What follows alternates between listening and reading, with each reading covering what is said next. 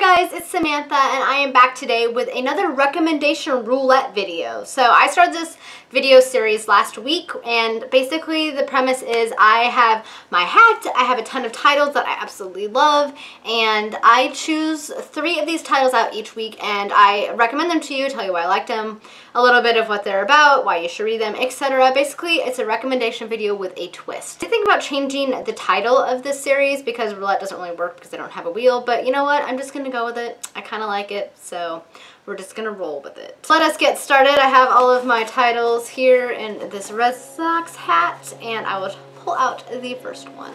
And the first book is The Halloween Tree by Ray Bradbury. So I first read this book, I think I was in high school. It was a while ago. It was so good though. I highly recommend it. It's one of his it's a novel geared more towards younger readers of his works, but it is so excellent. The basic story is 8 friends set out to go trick-or-treating on Halloween, and they discover that their 9th friend, Pipkin, has been swept away on a journey that could determine whether or not he's going to live or he's going to die. And they encounter a character, Caprice Clavicle, and he's mysterious and he is going to help them find their friend, and they're whisked away on a journey through all of time and space, very Doctor Who-ish, and to discover where their friend is, as well as learn more about the tradition of Halloween and the Celtic festival of Samhain. So throughout the book, they encounter ancient Egypt, ancient Rome, ancient Greece, the Day of the Dead in Mexico, the Celtic celebration of Samhain. And basically they just go on this journey to try and find their friend, and they learn more about this holiday that they're celebrating and the different traditions around the world. It is an excellent book. It's really fun. It'd be a great book to read during Halloween. It's just a really fun read. It's not that long. I highly recommend it. I actually want to reread it soon. I haven't read this book in a long time. I need to reread it. But again, it's just a really fun read, and it's Ray Bradbury. He's a classic. He's a great author. So I highly recommend this book. All right, book number 2. And the book number 2 is The Inheritance Cycle by Christopher Paolini. This is The Inheritance Cycle by Christopher Paolini. It includes book 1, Aragon, book 2, Eldest, book 3, Brissinger, and book 4, Inheritance. So I first started reading this series when the first book was out, and I loved it right away. It follows a young boy, Aragon, who discovers a dragon's egg one day in the woods near where he lives. And everybody thought dragons were dead, and eventually this egg hatches and it becomes his. They become connected. A bond is formed, he becomes her rider, and he is basically swept on this journey throughout the books. Not long after the egg is hatched, his village is destroyed by the evil ruler of this land, and a lot of the villagers are killed. His father was killed, his brother was attacked, just bad things are happening. He leaves on a journey with the storyteller that lived in his town, Brom, and Brom agrees to train him because he knows all about dragons and the riders, and he's going to train him to fight and to learn more about this new relationship with his dragon and what's going on in the world around him and why this evil king wants to kill him. And it is a fantastic fantasy story.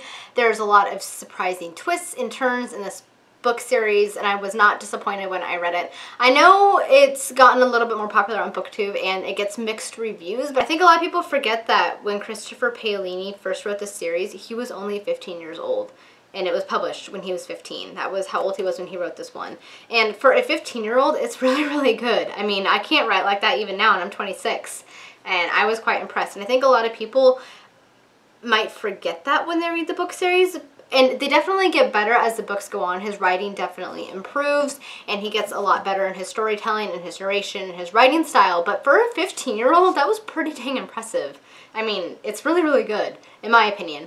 But yeah, if you love fantasy stories and you love books with a lot of adventure, a really fun, fast-paced, engaging story, a book series with a lot of twists and turns, and dragons, come on, there are dragons, then you will love The Inheritance Cycle by Christopher Paolini. Book number 3, what's it gonna be? What's book number 3 gonna be?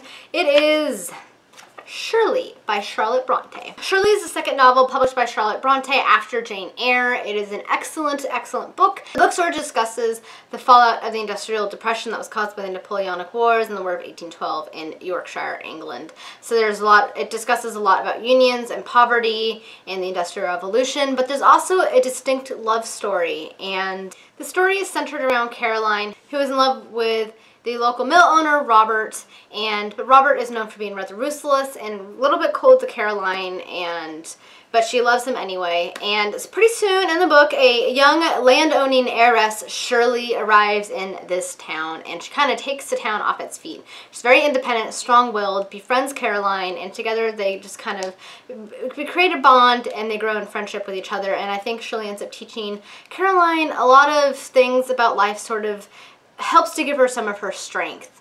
The book is just excellent. It deals with a lot of issues. It deals with the idea that you should not marry or engage in any type of relationship for love or affection, but only for money and land owning, basically.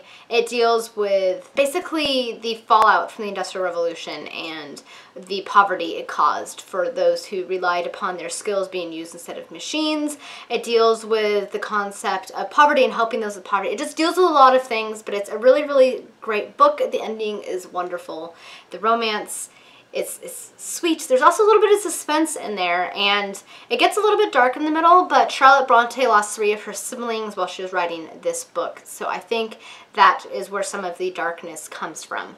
But if you love Jane Eyre, you will love this book. It is excellent. I highly enjoyed it. I loved the character of Shirley, and the time in which this was written, it caused a bit of a stir, because up until this point, Shirley was largely a guy's name, but Charlotte Bronte gave Shirley to a girl. It's just a really, really, really great book. If you're wanting to read more classics, I would recommend this one. It's a very engaging read, and if you are familiar with Charlotte Bronte and love Jane Eyre, then I also recommend it because you will like this one just as much. It has some sad moments, but also has some happy moments, of course, as any good book should have, and I just highly recommend it, obviously, which is why it's in my hat. Guys, those are my 3 books I recommended to you all today. Let me know down in the comments if you have read any of them and what your thoughts were. Let me know if you like this video and if you're excited to see next week's, or if you have any other ideas to improve upon this video idea, just let me know. Thank you so much for watching, and if you liked, please thumbs up and subscribe. And as always, guys, happy reading and bye!